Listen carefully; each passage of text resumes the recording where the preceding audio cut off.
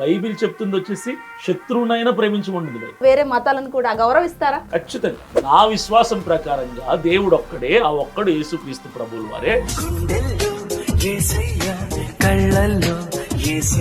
అంటే మిగతా మతాల దేవుళ్ళ గురించి మీకు సంబంధం లేదు, మీరు గౌరవించం, మీరు రెస్పెక్ట్ మాట్లాడారు, గౌరవిస్తా. మరి దేవుడు ఒక్కడే అని ఎలా అంటున్నారు?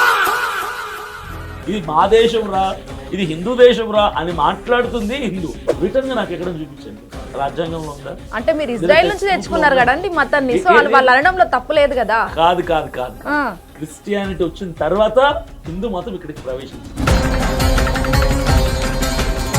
సుప్రీంకోర్టు మొన్న కొన్ని స్టేట్మెంట్స్ పాస్ చేయడం జరిగింది, ఎలా చూస్తున్నారు అసలు దాన్ని? తల్లి స్థానంలో ఉన్నటువంటి న్యాయస్థానం కూడా ఈరోజు కుల వివక్షను చూపిస్తుంది అని నిరూపణ అయింది. మతాన్ని మార్చొద్దు, మత ప్రచారాలు చేయొద్దు అంటారు. నువ్వు యేసు ప్రభు నమ్ముకొని క్రైస్తవాన్ని స్వీకరిస్తే నీకున్న ఎస్సీ హోదా పోతుందంటే ఇప్పుడు మారుతాడు ఇక్కడ. పెద్ద ప్లానింగే.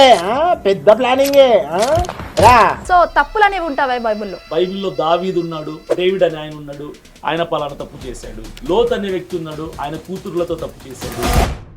సో ఇదే ఇష్యూకి సంబంధించి కూడా మందకృష్ణ మాదిగ గారు మాట్లాడడం జరిగింది. ఇస్లాం ఎక్కడ పుట్టింది, ఇవాళ ప్రపంచంలో ఏ స్థాయిలో నిలబడ్డది? క్రైస్తవ్యం ఎక్కడ పుట్టింది, ఈ ప్రపంచంలో ఏ స్థాయిలో నిలబడ్డది? ఈ రెండింటికంటే ముందు హిందూ ధర్మం సనాతన ధర్మం అయినప్పుడు ప్రపంచాన్ని ఎందుకు ప్రభావితం చేయలేకుండా పోయినాం? మన లోపమేంటి? వాళ్ళు ఫేమ్ అవటానికి ఏదో కొత్తగా మాట్లాడడానికి ప్రయత్నం చేస్తారు. ఆయన ఏమంటున్నాడు?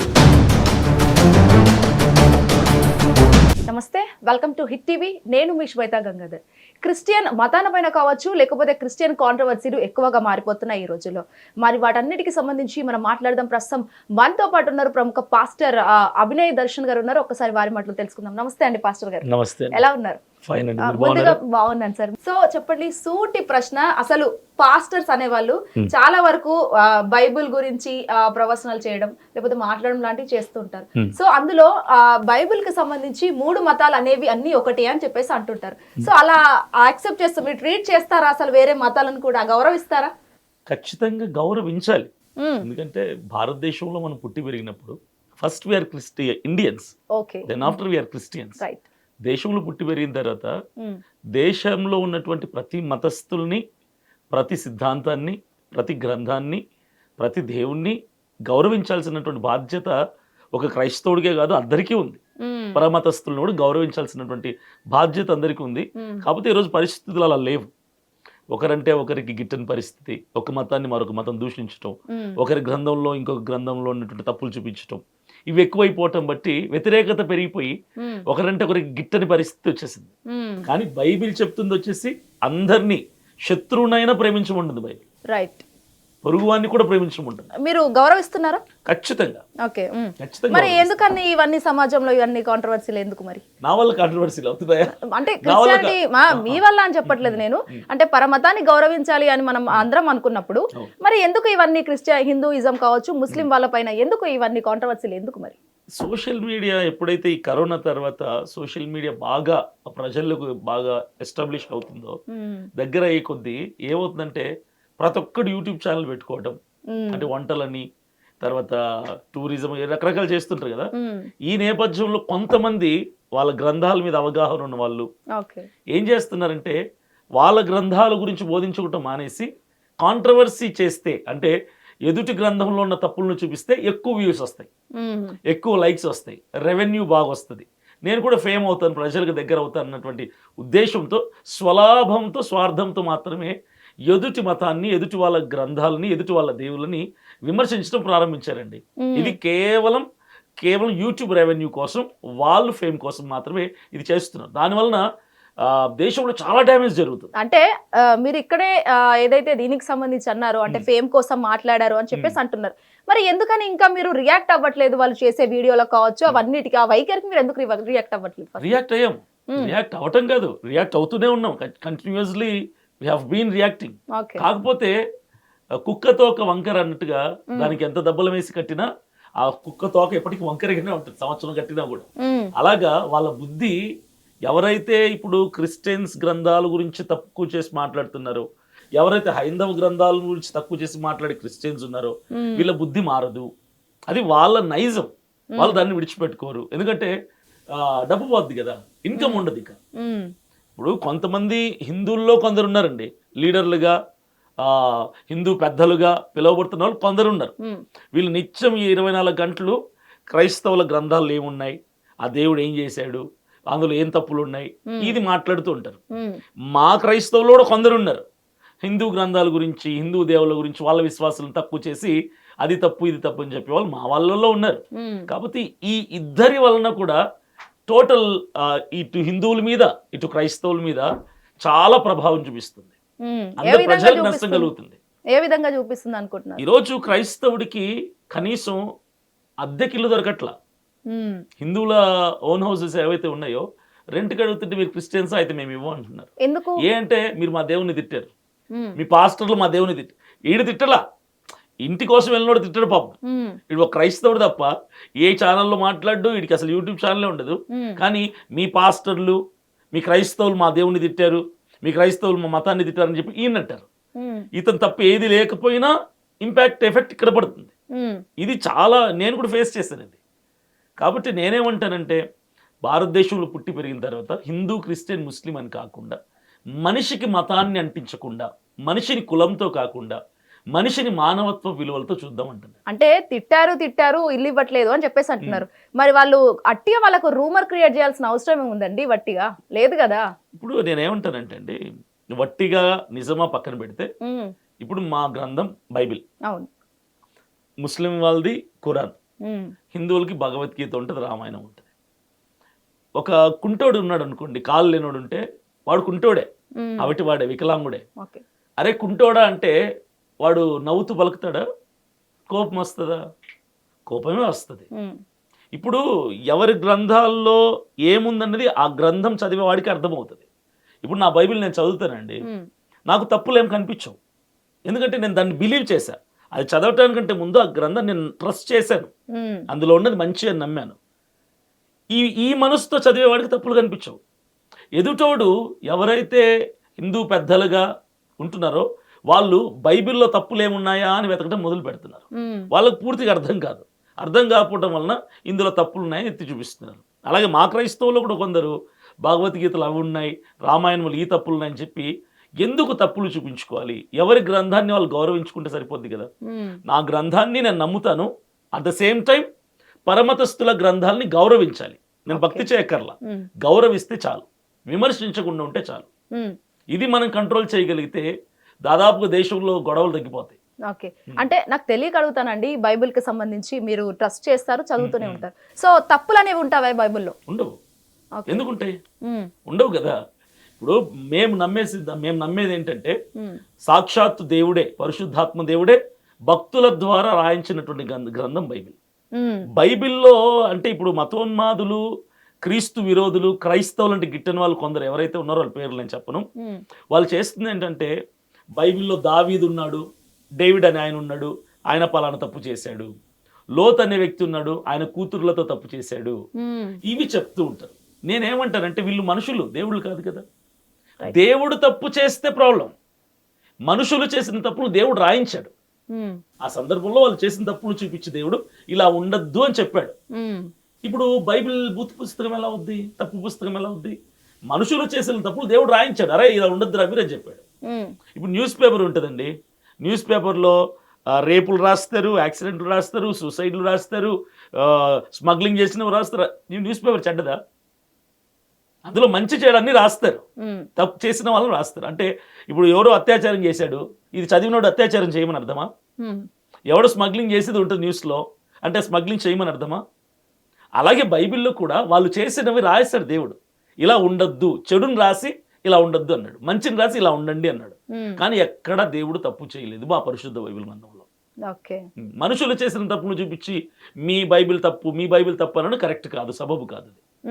అంటే అలాంటి సిచ్యువేషన్ లో మీరు ఫేస్ చేశారంటున్నారు, మీకు ఏమనిపిస్తుంది? ముఖ్యంగా ఖచ్చితంగా కోపమే వస్తుంది.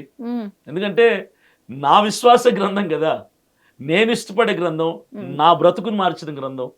నేను ఒకప్పుడు డ్రగ్ అడిక్ట్ని, నేను ఒకప్పుడు సినిమా హీరోగా ఉన్నాను, నా లైఫ్ని చేంజ్ చేసింది బైబిల్. ఇప్పుడు ప్రాబ్లం వల్ల ఎక్కడ వస్తుందంటే అండి, మతాన్ని మారుస్తున్నారంటారు వీళ్ళు. మతాన్ని మార్చొద్దు, మత ప్రచారాలు చేయొద్దు అంటారు. బెస్ట్ ఎగ్జాంపుల్ నేనే.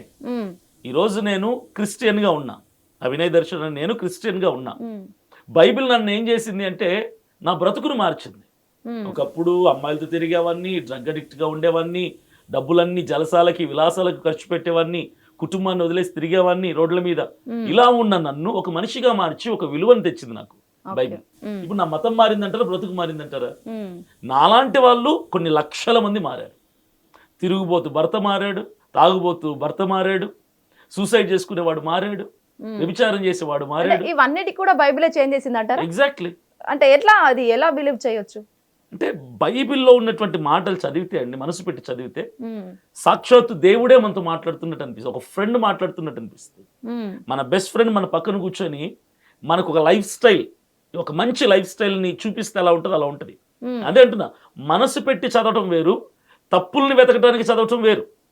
అది చూసే దృష్టిని బట్టి ఉంటుంది. ఓకే. సో అది మతం మారటం కాదు, బ్రతుకుని మార్చుకోవటం అంతే. Okay, right. అంటే ఇదన్నీ బైబిల్ని కాసేపు పక్కన పెట్టేద్దాం మనం, అంటే ఇక్కడ దాకే. సో దీనికి సంబంధించి కూడా ఏదైతే సుప్రీంకోర్టు మొన్న కొన్ని స్టేట్మెంట్స్ పాస్ చేయడం జరిగింది. సో ఆ రిజర్వేషన్ మీ చదువుల పట్ల కావచ్చు, జాబ్ పట్ల కావచ్చు, చాలా వరకు మీకు అది మైనస్ పాయింట్ అని కూడా చెప్పొచ్చు. ఎలా చూస్తున్నారు అసలు దాన్ని? ఖచ్చితంగా కుల వివక్ష ఇప్పటి వరకు మనుషుల్లోనే ఉంది అనుకున్నాము, కానీ ప్రభుత్వం కూడా, సుప్రీంకోర్టు ఒక తల్లి స్థానంలో ఉన్నటువంటి న్యాయస్థానం కూడా ఈరోజు కుల వివక్షను చూపిస్తుంది అని నిరూపణ అయింది. అదేంటండి, రాజ్యాంగంలో అది రాసింది కదా రూల్. అదే నేను చెప్తాను, కుల వివక్ష ఎందుకంటే నేను అదే చెప్తున్నాను. అదే చాలా మంది పొరపాటు పడుతుంది ఇక్కడే. రాజ్యాంగంలో రాసలేదు. 1950లో జనవరి 26వ తారీఖున గణతంత్ర దినోత్సవం చేసుకుంటాం, రిపబ్లిక్ డే చేస్తాం. అంటే ఎందుకు వచ్చింది అది అంటే, రాజ్యాంగం, ఇండియన్ కాన్స్టిట్యూషన్, భారత రాజ్యాంగం అమల్లోకి వచ్చినటువంటి రోజు.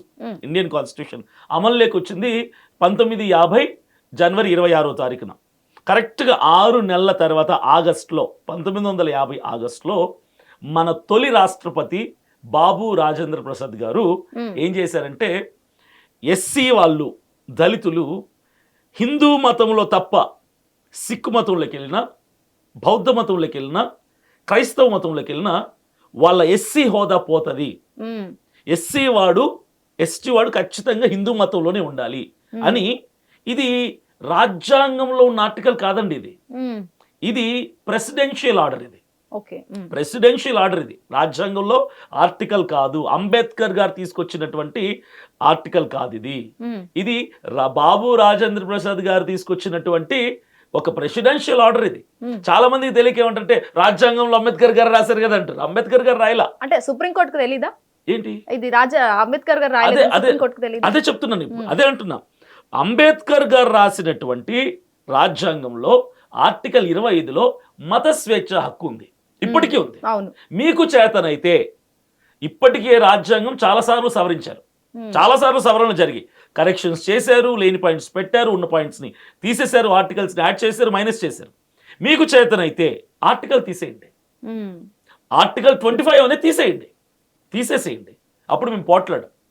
ఇప్పుడు ఆర్టికల్ 25 ఉంది రాజ్యాంగంలో, మీరేమో రాజ్యాంగంలో ఆర్టికల్కి వ్యతిరేకంగా ఇచ్చారు తీర్పు సుప్రీంకోర్టు వాళ్ళు. ఇప్పుడు ఎస్సీ వాడు క్రైస్తవ మతం లేకపోతే బీసీసీ మారిపోద్దని చెప్పాడు. ఇప్పుడు నేను ఎస్సీ అండి, బేసికల్ నేను ఎస్సీ, నేను ఒక క్రైస్తవుడిని. అంటే ఇప్పుడు నన్ను బలవంతంగా మీరు కులాన్ని మారుస్తారా? మతంకి కులానికి డిఫరెన్స్ ఏంటంటే, మతం అన్నది ఒక ఆత్మకు సంబంధించింది, విశ్వాసానికి సంబంధించింది, సిద్ధాంతాలకు సంబంధించింది, పద్ధతులకు సంబంధించింది, ఆచారాలకు సంబంధించింది. ఇప్పుడు నేను మతం మార్చుకుంటున్నా అంటే నా సిద్ధాంతాలు, విశ్వాసము, దేవుడు, గ్రంథం మార్చుకుంటున్నా. కులం ఎలా మారిద్ది? ఎందుకు మారిద్ది కులం నేను ఎన్నుకుంటూ వచ్చిందా? నాకు ఎస్సీ కావాలి, బీసీ కావాలి అనుకుంటూ వచ్చిందా కులం? మా తల్లి కడుపులోంచి నేను బయటకు వచ్చినప్పుడే వాళ్ళ కులం నాకు వచ్చింది. మా నాన్న కులం ఏదైతే ఆ కులం నాకు వచ్చింది. నేను అడగల, నాకు ఆ కులం కావాలి అని లేదు, వద్దు అని అనలేదు. నా తండ్రి నుంచి నేను బయటకు వచ్చినప్పుడు వచ్చింది కులం నాతో. అంటే హిందువులకు రాలేదా? అందరికీ వచ్చింది. నేను అదే అంటున్నాను. ఎస్సీ, ఇక్కడ ఎస్సీ అనేవాడు హిందువుల్లో ఉంటే మారదట, సిక్కుల్లో ఉంటే మారదట, బౌద్ధంలో ఉంటే మారదట, క్రైస్తవులు పోతే మాత్రం మారిపోతారు. ఎందుకంటే క్రైస్తవులు అందరూ ఒకటే మతానికి చెందినవారు కదా, ఎట్లా మరి మీరు కూడా చెప్పండి. క్రైస్తవ్యం మతం కాదండి, బేసికల్లీ అదొక వే, అదొక మార్గం. క్రైస్తవ్యం ఒక మార్గం, అదొక living style, living life style, బ్రతుకే విధానాన్ని చూపించేటువంటి మార్గం. ఇప్పుడే కదండి ఆత్మ గౌరవం అని చెప్పేసి మీరే అన్నారు, మళ్ళీ మతం కాదని మళ్ళీ ఎలా అంటారండి? ఆత్మకు సంబంధించింది మతం. ఓకే. అంటే మీరు క్రైస్తవ మతం అంటారు కూడా అదే పంధాలో మాట్లాడుతున్నాను నేను. ఇప్పుడు సిక్కు మతంలోకి పోతే కూడా బీసీసీగా మార్చాలన్నారు. ఫస్ట్ 1950 ఆగస్టులో బాబు రాజేంద్ర ప్రసాద్ గారు తీసుకొచ్చింది ఇదే. హిందువుల్లో నుంచి ఎస్సీ వాడు సిక్కుల్లో పోయినా కులం మారిపోవాలి, బౌద్ధ మతంలోకి పోయిన కులం మారిపోవాలి, క్రైస్తవ మతంలోకి కులం మారిపోవాలన్నాడు. కానీ సిక్కు మతస్థులు ఏం చేశారంటే, సిక్కు మతంలో ఉన్నటువంటి పెద్దలు ఏం చేశారంటే ధర్నాలు చేశారు, పోరాడారు, రోడ్లు ఎక్కారు. వెంటనే వాళ్ళకి ఎగ్జంప్షన్ ఇచ్చేసారు. ఇప్పుడు ఎస్సీ వాడు సిక్కు మతంలో నుంచి ఎక్కడికి పోయినా పర్లేదు, సిక్కు మతంలోకి పోయినా పర్లేదు, హిందువుల్లో నుంచి వాడు కులం మారదు. ఎందుకంటే వాళ్ళు పోట్లాడి గెలుచుకున్నారు హక్కుని. నెక్స్ట్ బౌద్ధ మతస్థులు కూడా ఏం చేశారంటే, మా మతంలోకి వస్తే హిందువుల్లో నుంచి ఎస్సీ అనేది ఎందుకు మారిద్ది అని వాళ్ళు కూడా ఫైట్ చేశారు. అప్పుడు వాళ్ళు కూడా ఎగ్జంప్షన్ ఇచ్చేశారు. ఇప్పుడు హిందువుల్లో ఉన్నటువంటి ఎస్సీలు సిక్కు మతం లేకపోయినా కులం మారదు, బౌద్ధ మతం లేకపోయినా కులం మారదు. అంటే మా క్రైస్తవులు ప్రేమామూర్తులం కదా, మేము రోడ్లు ఎక్కము, ధర్నాలు చేయము, స్ట్రైకులు చేయము, పోట్లాడం కదా. కాబట్టి మా అసమర్థతనో లేదంటే మా మంచితనం చేతకాని తనమో తెలియదు, కానీ క్రైస్తవులను ఒక్కటి పట్టుకున్నారు. ఇప్పుడు క్రైస్తవ మతం లేకపోతే హిందూ మతంలోనే కట్టిపడేయటం అనమాట. ఓకే, అంటే హిందూ మతం అంటే హిట్ టీవీ యాప్, ఇందులో short news, live news, entertainment shows, movies, digital magazines తో పాటు మీ జిల్లా వార్తలను కూడా ఫ్రీగా చూడొచ్చు. ఇంకెందుకు ఆలస్యం, వెంటనే హిట్ టీవీ యాప్ ని డౌన్లోడ్ చేసుకుని ఫ్రీగా ఎంటర్టైన్మెంట్ పొందండి. Hit TV app. Hit TV app. Please download hit TV app. Hit TV app ని ఫ్రీగా డౌన్లోడ్ చేసుకొని ఎంజాయ్ చేయండి. మీకు నచ్చిన ఎంటర్టైన్మెంట్ కోసం హిట్ టీవీ యాప్ ని ఫ్రీగా డౌన్లోడ్ చేసుకొని ఎంజాయ్ చేయండి. హిట్ టీవీ యాప్ ని డౌన్లోడ్ చేసుకుని ఆస్వాదించండి, ఆశీర్వదించండి. ఇంతమంది సెలబ్రిటీలు హిట్ టీవీ యాప్ ని డౌన్లోడ్ చేసుకోండి అని చెప్తున్నారంటే ఎంత మంచి యాప్ ఆలోచించండి. అమెరికా అమెరికా అమెరికా అమెరికాలో చదవాలనుకునే వాళ్ళకి విశ్వసనీయమైన పేరు మన శౌర్య కన్సల్టెన్సీ. UK లో 1 year masters. UK లో 1 year masters. 2 years work permit up to 5 years visa. Contact Saurya Consultancy. Contact 89851 89851.